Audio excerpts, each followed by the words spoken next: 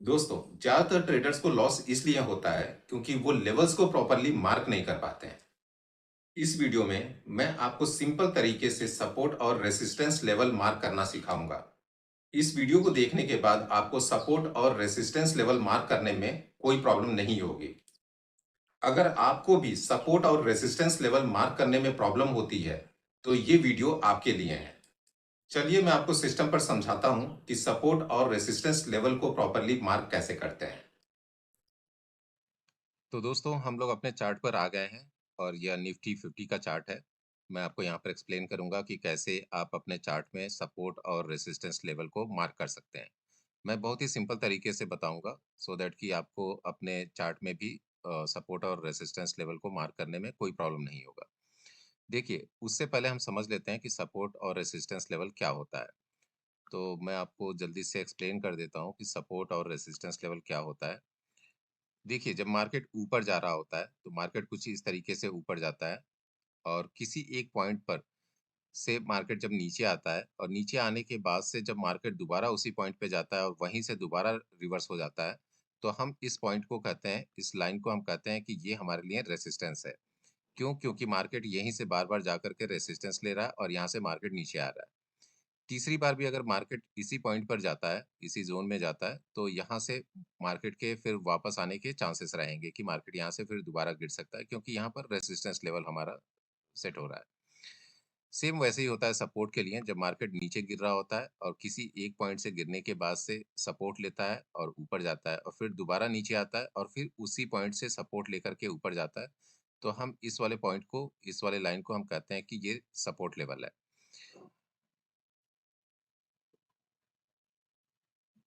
Market जब तीसरी बार यहाँ पर आएगा, सपोर्ट लेवल पे आएगा, तो बहुत हाई चांसेस रहेंगे कि मार्केट यहाँ से फिर दोबारा वापस रिवर्स हो सकता है। देखिए, चांसेस होते हैं, मार्केट यहाँ से ब्रेकडाउन देकर के नीचे भी जा सकता है, लेकिन क्योंकि यहाँ पे एक सपोर्ट लेवल मौजूद है, तो हम यहाँ से हम ये मान सकते हैं कि मार्केट को यहाँ पे थोड़ा-सा मार्केट स्ट्रगल करेगा नीचे जाने के लिए और चांसेस होते हैं कि यहाँ से मार्केट ऊपर की तरफ जा सकता है। तो इसीलिए हम इसको सपोर्ट लेवल बोलते हैं और जो ये ऊपर वाला है, इसको हम रेजिस्टेंस लेवल बोलते हैं। क्यों? क्योंकि मार्केट यहाँ से ऊपर जाता है और बार-बार इसी पॉइंट से टकरा करके मार्केट नीचे गिर रहा होता है, तो ये रेजिस्टेंस की तरह काम करता है। रेजिस्टेंस की होने की वजह से मार्केट क्या होता है कि मार्केट यहाँ से ऊपर नहीं जा पाता है और बार-बार यहाँ से नीचे आता है। लेकिन ऐसा नहीं है कि बार-बार मार्केट नीचे ही आएगा। हो सकता है कि यहाँ से रेजिस्टेंस के पास से मार्केट ब्रेकआउट देकर के ऊपर भी जा सकता है, ठीक है? लेकिन अगर जब आप सपोर्ट और रेजिस्टेंस लेवल मार्क कर लेते हैं, तो आपको एक आइडिया होता है कि आपको अपनी एंट्री और एग्ज़िट कहाँ पर प्लान करनी है, ठीक है? आई होप कि इतना आप लोग समझ गए होंगे। तो चलिए अब मैं आपको चार्ट में एक्सप्लेन करता हूँ कि आप अपने चार्ट में सपोर्ट और रेजिस्टेंस लेवल को कैसे मार्क करेंगे।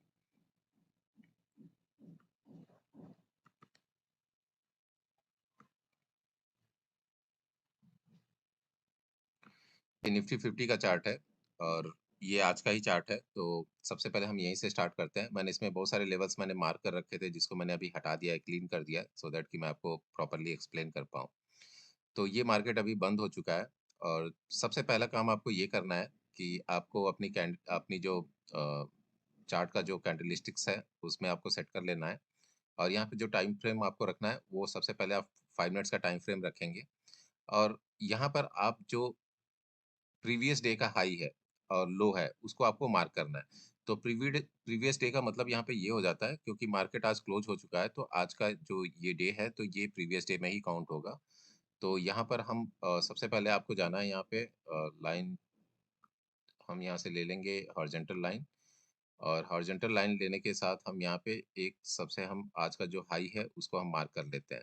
तो आप देख रहे हैं यहाँ पर हमने मार्क कर लिया, ये आज का हाई है और नीचे हम जाते हैं, यहाँ पे हम मार्क कर लेते हैं, आज का लो मार्क कर लेते हैं। दोबारा हम ले लेते हैं यहाँ से हॉरिजॉन्टल लाइन और यहाँ से आज का लो जो है, इसको यहाँ पे हम मार्क कर लेते हैं। तो देखिए, मार्केट यहाँ पर ओपन हुआ था और मार्केट यहाँ से ऊपर की तरफ गया, फिर यहाँ पे नीचे आया, तो यहाँ पर सबसे ज़्यादा जो आज का जो डे लो है, वो यहाँ पे बनाता है मार्केट और फिर मार्केट ऊपर की तरफ जाता है और फिर यहाँ पर डे हाई बनाता है और फिर मार्केट नीचे यहाँ पर आप देख सकते हैं कि कंसोलिडेट करता हुआ यहाँ पे दिख रहा है। तो बेसिकली मार्केट जो क्लोज़ हुआ है, वो इस पॉइंट पे मार्केट क्लोज़ हुआ है। तो अब नेक्स्ट डे का जो चांस होगा, बहुत हाई चांसेस है कि हो सकता है अगर गैप डाउन या गैप अप ओपन नहीं होता है मार्केट, तो मार्केट इसी दोनों लाइन्स के बीच में ओपन करेगा। तो अगर मार्केट इसके बीच में ओपन होता है, तो जो ऊपर वाली लाइन है, जो ऊपर वाला हमने ये मार्क किया हुआ है, ये रेजिस्टेंस के तौर पे काम करेगा और जो नीचे वाला लाइन है, वो उसके लिए सपोर्ट की तरह से काम करेगा। तो एक तो सपोर्ट और रेजिस्टेंस हम ऐसे मार्क कर सकते हैं, मतलब ये एक पॉइंट हमें मिल जाता है कि जो प्रीवियस डे और प्रीवियस डे का जो लो है और जो प्रीवियस डे का हाई है, उसको हम मार्क कर लेंगे। अगर मार्केट इसके बीच में ओपन होता है, तो यहाँ पे जो ऊपर वाली लाइन होगी ये रेजिस्टेंस की तरह काम करेगा और जो नीचे वाला लाइन होगा, वो सपोर्ट की तरह काम करेगा। बट ऐसा भी हो सकता है कि मार्केट इसके ऊपर ओपन हो, गैप अप ओपन हो, तो यहाँ ऊपर अगर मार्केट ओपन होता है, कहीं पे भी ऊपर मार्केट ओपन होता है, तो उस केस में क्या हो जाएगा, अगर आप यहाँ पे देखेंगे, अगर मार्केट गैप अप ओपन होता है ऊपर की तरफ, तो जो नीचे वाली लाइन होगी, जो ये सेम जो प्रीवियस डे का जो हाई है, वो उस टाइम पे सपोर्ट का काम करने लगेगा। ये लाइन पहले है, अगर मार्केट इसके नीचे ओपन होता है, तो ये रेजिस्टेंस की तरह काम करेगा। अगर मार्केट इसके ऊपर ओपन होता है, तो ये सपोर्ट की तरह काम करेगा। सेम इसके उल्टा हो जाएगा कि अगर मान लीजिए कि मार्केट इस लाइन के नीचे ओपन होता है, जो प्रीवियस डे का लो था, उससे भी नीचे अगर मार्केट ओपन होता है, तो उस केस में जो ये हमारी जो इसको हमने अभी फिलहाल के लिए जिसको हमने सपोर्ट मार्क किया है, वो रेजिस्टेंस की तरह काम करने लग जाएगा यहाँ पर। ठीक है? तो एक तो हमने ये मार्क कर लिया, ये 2 पॉइंट्स हमने मार्क कर लिया, जिसको हम सपोर्ट और रेजिस्टेंस की तरह ट्रीट करेंगे जब नेक्स्ट डे मार्केट ओपन होगा। अब दूसरा जो और भी क्योंकि हमें मार्क करना पड़ेगा, क्योंकि हमें देखना पड़ेगा कि जो इसके पहले के डेज़ में मार्केट ने कैसे परफ़ॉर्म किया है। तो उसके लिए हम एक काम करते हैं कि हम यहाँ पर 1 आवर का कैंडल यूज़ कर लेते हैं। तो हम यहाँ से 1 आवर या 4 आवर्स का कैंडल आप ले सकते हैं। तो मैं यहाँ पे 1 आवर का कैंडल यहाँ पे यूज़ कर रहा हूँ और इसको हम थोड़ा छोटा कर लेते हैं चार्ट को। तो चार्ट को छोटा करने के बाद से आप देख रहे हैं कि मार्केट यहाँ पे अगर हम रिसेंट में हम देखें तो मार्केट ने हाई यहाँ पर बनाया हुआ है, तो ये भी हमारे लिए एक सपोर्ट का काम कर सकता है। तो यहाँ पे हम इसको मार्क कर लेंगे, तो ये हमारा सपोर्ट हो जाएगा। क्योंकि पिछले कुछ दिनों में जो अगर हम यहाँ पे हाई देख रहे हैं, तो मार्केट ने यहाँ पे इतना हाई बनाया हुआ है, ठीक है।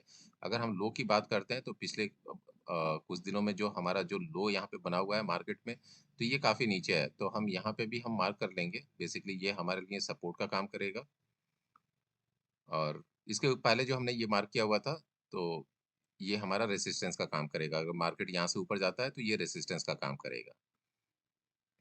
इसके अलावा जो दूसरी चीज़ें होती है कि हमें ये देखना है कि मार्केट कितने ऐसे पॉइंट्स को टच कर रहा है या ऐसी जगहों से जाकर के मार्केट ने जहाँ पे कंसोलिडेशन किया है या मार्केट जहाँ से जाकर के रिएक्ट किया है एक्चुअली।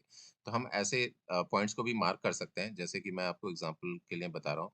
तो अगर आप ये पॉइंट देखेंगे, तो फॉर एग्जांपल मैं यहाँ पे मार्क करता हूँ। तो आप देखेंगे कि यहाँ पर आप देखेंगे कि यहाँ पर भी कैंडल्स ने यहाँ पे काफ़ी कंसोलिडेट किया हुआ है। मार्केट ने यहाँ पर रिएक्ट किया हुआ है। सेम यहाँ पे भी मार्केट ने रिएक्ट किया हुआ है। तो ये भी हमारे लिए जो लाइन होगा वो एज़ ए सपोर्ट की तरह काम करेगा। ठीक है? तो ये हमने पिछले जो है कि हमने 1 आवर कैंडल के ऊपर मार्क कर लिया, तो हमारे पास इतने सपोर्ट और रेजिस्टेंस लेवल मिल जाते हैं। अब हम एक काम करते हैं, हम इसको दोबारा से 5 मिनट्स की कैंडल्स में आ जाते हैं और चार्ट को थोड़ा बड़ा कर लेते हैं।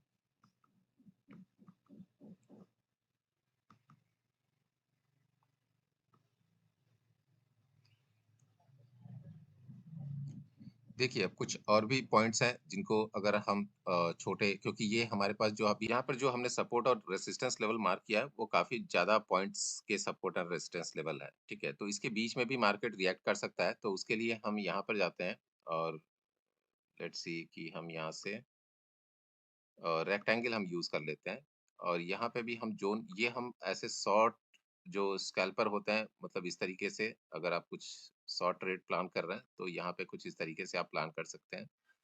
तो ये आप देख सकते हैं, क्योंकि मार्केट आप यहाँ पे भी देखेंगे तो मार्केट यहाँ से नीचे गिर रहा था, तो यहाँ पे आकर के मार्केट ने कंसोलिडेट किया और फिर यहाँ पे करने के बाद से मार्केट यहीं से रिएक्ट होकर के ऊपर गया। फिर मार्केट जब नीचे की तरफ आ रहा था, तो मार्केट ने यहीं पे कंसोलिडेशन लिया हुआ है। तो अगर ये मार्केट चल रहा होता है इस टाइम पे, तो हम यहाँ पे देख सकते हैं कि मार्केट यहाँ पे कंसोलिडेट करने के बाद से मार्केट नीचे की तरफ आता है या मार्केट ऊपर की तरफ जाता है। तो फिलहाल तो ये सपोर्ट की तरह काम करेगा मार्केट के लिए। तो ये हो गया हमारा दूसरा तरीका कि हमने एक तो हमने फर्स्ट हमने ये देखा कि हम प्रीवियस डे का जो हाई एंड लो हमने मार्क कर लिया, जो हमारे लिए सपोर्ट और रेजिस्टेंस का काम करेंगे। फिर उसके पहले के जो लेवल्स हैं, जो हाइस हैं, लोस हैं, उसको हमने मार्क कर लिया, वो भी हमारे लिए सपोर्ट और रेजिस्टेंस का काम करेंगे। अब इसके बाद से क्या होता है कि देखिए, जितने भी जो इम्पोर्टेंट की लेवल्स होते हैं, जैसे कि आप यहाँ पे देखेंगे, तो मार्केट अभी यहाँ पर है, ठीक है? मार्केट अभी 23,818 पे चल रहा है। तो 23,818 के बाद से अगर आप देखेंगे तो जो 2400, ठीक है? सॉरी 24,000, तो यहाँ पे देखेंगे जो 24,000 का लेवल है, ठीक है? ये एक तरीके का साइकोलॉजिकल लेवल हो जाता है। आप यहाँ पे देखेंगे जो 24,000 का लेवल है, तो ये लेवल जो है वो आपका साइकोलॉजिकल लेवल हो जाता है, तो हम इसको भी मार्क कर लेते हैं। तो फॉर एग्ज़ाम्पल जैसे यहाँ पे, तो ये बेसिकली आप देखेंगे तो जो 24,000 का लेवल है वो एक तरीके का साइकोलॉजिकल लेवल हो जाता है। जो भी राउंड फिगर के नंबर्स होते हैं ना, जैसे 24,000 हो गया या इसके बाद 25,000 होगा, 24,000 से नीचे जो 23,000 का नंबर होगा, तो फॉर एग्ज़ाम्पल जैसे हम चाहें तो यहाँ पे 23,000 का नंबर भी मार्क कर सकते हैं, ठीक है? मार्केट अभी 23,000 से काफ़ी ऊपर है, तो हम 23,000 का जो लेवल है, हम उसको भी मार्क कर सकते हैं।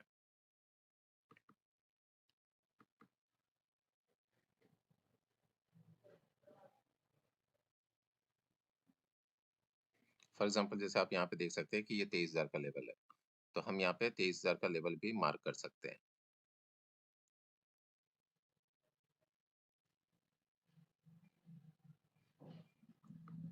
जैसे ये 23,000 का लेवल हो गया। तो आप यहाँ पे देख पा रहे हैं कि इस तरीके से जब आप लेवल को मार्क कर लेते हैं, जैसे कि अगर आप देखेंगे तो हमने यहाँ पे 23,000 का लेवल हमने मार्क किया, सॉरी 24,000 का लेवल हमने यहाँ पे मार्क किया और आप देख सकते हैं 24,000 पे मार्केट ने किस तरीके से रिएक्ट किया है। मार्केट ने यहाँ पे काफ़ी टाइम लिया है, कंसोलिडेट किया है और फिर मार्केट ने रिएक्ट किया है। तो जो भी साइकोलॉजिकल लेवल्स होते हैं, वो भी आपके लिए सपोर्ट और रेजिस्टेंस का काम करते हैं। तो इस तरीके से आप बहुत आसानी से सपोर्ट और रेजिस्टेंस लेवल को मार्क कर सकते हैं। चार्ट को हम थोड़ा छोटा करके देखते हैं, तो अगर आप प्रीवियस डेज़ में भी देखेंगे तो जो हमने लेवल्स को मार्क किया है, तो देख सकते हैं मार्केट ने यहाँ पे भी रिएक्ट किया है, मार्केट ने यहाँ पे रिएक्ट किया है, मार्केट ने यहाँ पर रिएक्ट किया है, मार्केट यहाँ से भी रिएक्ट कर रहा है। और अगर हम इसके पहले जाते हैं, क्योंकि मार्केट ने काफ़ी पिछले कुछ दिनों में मार्केट में काफ़ी उथल-पुथल रहा है वार की वजह से, ठीक है? तो हर दिन आप देखेंगे या तो गैप डाउन या गैप अप ओपन हुआ है मार्केट, लेकिन आप देखेंगे यहाँ पे भी रिस्पेक्ट किया है हमारे जो सपोर्ट लेवल को रिस्पेक्ट कर रहा है मार्केट। यहाँ पे भी आप देखेंगे तो मार्केट इस लेवल पे भी काफ़ी ज़्यादा है, यहाँ पे भी देखेंगे कंसोलिडेट करता हुआ दिख रहा है, यहाँ पे भी मार्केट कंसोलिडेट कर रहा है, यहाँ पे भी मार्केट ने रिएक्ट किया है। तो इस तरीके से आप सपोर्ट एंड रेजिस्टेंस लेवल को मार्क कर सकते हैं। जब आप प्रॉपर सपोर्ट और रेजिस्टेंस लेवल को मार्क कर ले जाते हैं, तो इससे क्या होता है कि आपकी जो एंट्री होता है वो प्रॉपर हो जाता है। आप एंट्री प्लान कर सकते हैं। अब जैसे कि मैं एग्ज़ाम्पल के तौर पे बता रहा हूँ, मैं चार्ट को थोड़ा बड़ा कर लेता हूँ, फिर आपको मैं एक्सप्लेन करता हूँ।